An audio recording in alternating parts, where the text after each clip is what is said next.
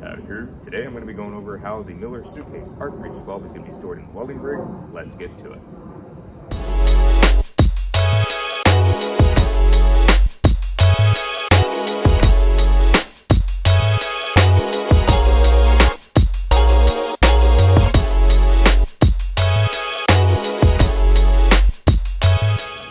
As I mentioned, I'll be going over how the Miller SuitCase ArchReach 12 is going to be stored in the welding rig. As you all know, the toolboxes will be on both sides of the truck. It'll be on the top side of the bed of the truck.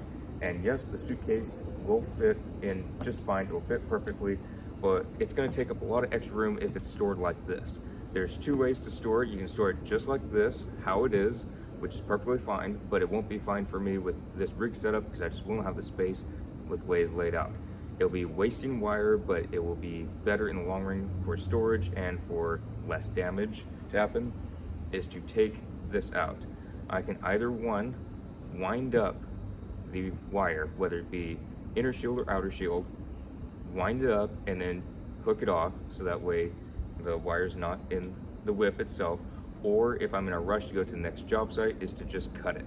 Or if I'm going back and forth between inner shield and outer shield, just cut it, say it's a loss, and get going.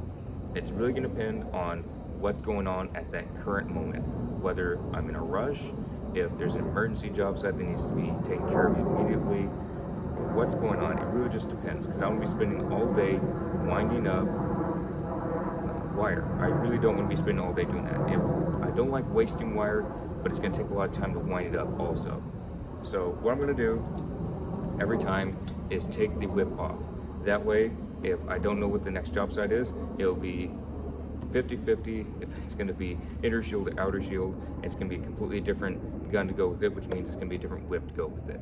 So that really doesn't bother me. It's just the time consumption of either winding up the wire or cutting it and saying it's a loss. I'd rather not say it's a loss, so if at all possible, I'll be winding up the wire as much as I can and as frequent as I can, unless there is, again, time constraints, I have to get to another job site, or if I have to switch back and forth for some reason, if that is mandatory for a certain job site or project. But I don't want to be putting it into the truck like this, because this part, if y'all have ever hauled these things around and you try and store it in either a gang box or truck, you know it would get caught on everything. Whether it gets caught on someone else's shoe because they're trying to get into a gang box, a storage unit, Connex box, wherever it's being stored, it gets caught on everything. This will get caught on tools, doesn't matter how much you try and tighten it up. Things will get caught on here, and especially if you're trying to load it into a topside toolbox, this is just asking for issues. So that is why I'm going to be taking this off every time it's going in the truck, and either the wire will be wound back up so it will not bird nest, or it will just be cut, and obviously the wire will be hooked off so it won't bird nest.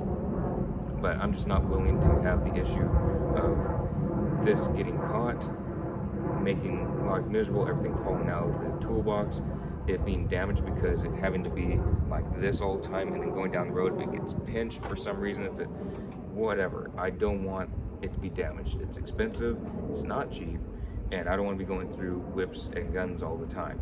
It's just not something I'm okay with doing. I try and take care of my tools as much as possible. I know they get used and abused if you use it. They get worn down and stuff, but I want to take care of it as much as possible. I don't want this being damaged by recklessness.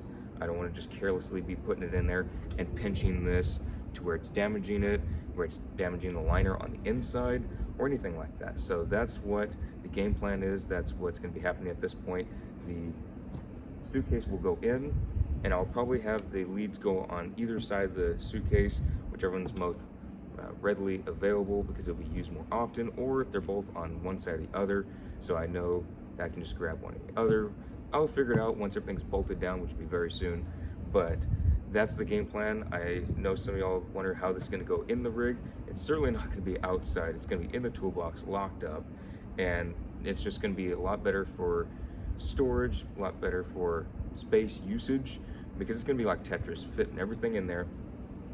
And this is just not practical to have to where it's open and whatnot. So if something's here, then it's going to get caught on it, and that's just not okay. So that's going to be the game plan. And I just want to go over that because I know it's been asked before how this will be stored in the welding rig. Hope y'all enjoyed, and I'll see y'all in the next vlog.